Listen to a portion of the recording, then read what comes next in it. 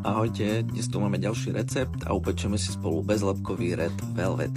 Ako prvý si pripravíme krém, ktorý je ideálne spraviť deň vopred a nechať ho počas noci vychladiť v chladničke, minimálne však na 6 hodín. Klasický recept som doplnil rybezľové žele, kde využijeme želírku a kyselinu citrónovú Orliany. No a samozrejme v ceste nesmie chýbať bezlepkový Liana Cake Mix, ktorý v recepte naozaj skvele funguje. Do cesta tiež použijeme kefirové mlieko, trocha octu a sodu bikarbónu.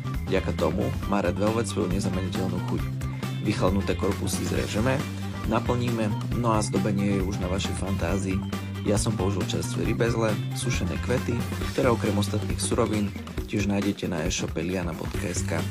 Tento recept určite stojí za vyskúšanie, tak sa do neho pustite a budem sa tešiť na vaše výsledky a prípadné fotografie. Ahojte!